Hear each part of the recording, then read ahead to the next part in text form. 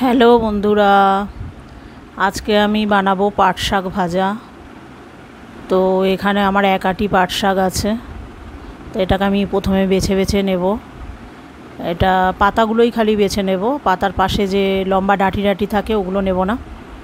তা পাতাগুলো আমি কেটে কেটে নিচ্ছি একটা একটা। এটা এক আঁটি পাট শাক, একদম কচি না আর পাকাও না।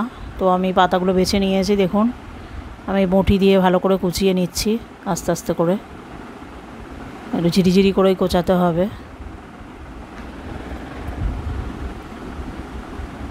ভালো করে চেপে ধরে একসাথে অনেক পাতা নিয়ে এই যে এরকমভাবে ঝিরিঝিরি করে কুচিয়ে নিলাম।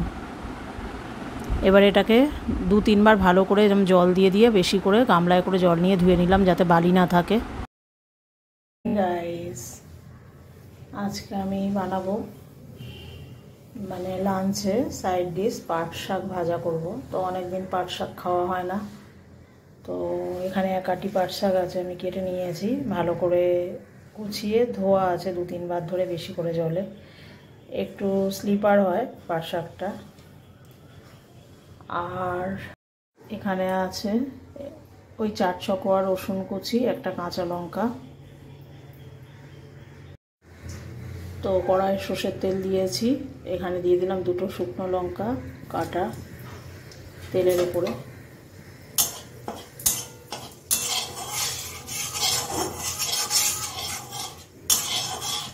এবার দিয়ে দেবো রসুন কোচানো,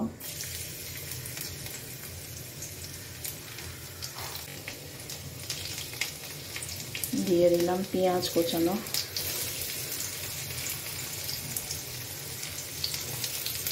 কাঁচা লঙ্কাটাও দিয়ে দিলাম, দিয়ে এটা একটু নাড়বো, ভেজে নেব। তারপর শাকটা দেবো।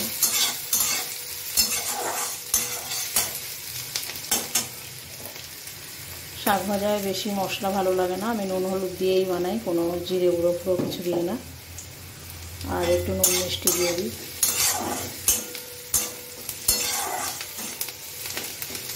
ভাজা ভাজা হয়ে গেলে তখন শাকটা দিয়ে দেবো। এটা দিয়ে দিচ্ছি,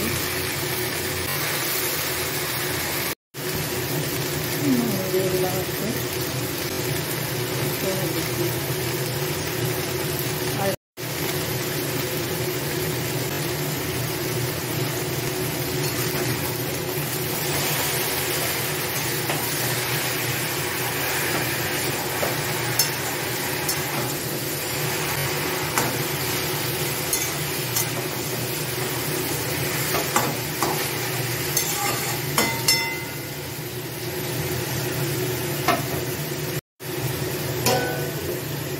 শাকটা অনেকটাই স্লিপার হয় পাট শাকটা, এটা ভাজতে ভাজতে এটা হালকা হয়ে যাবে, ড্রাই হয়ে যাবে। চিনি দিয়ে দিলাম একটু।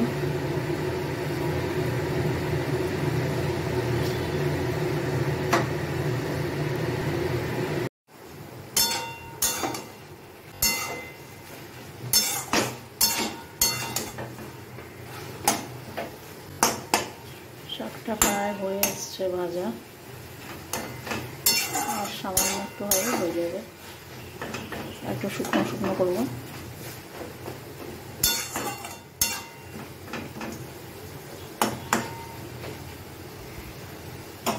তো বন্ধুরা, প্লিজ আমার রান্না ভালো লাগলে একটু আমার চ্যানেলটাকে সাবস্ক্রাইব করবেন, লাইক করবেন আর শেয়ার করবেন।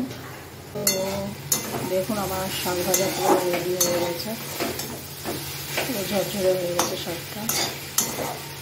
দিয়ে আমি এখন একটু সামান্য তেল ছড়িয়ে,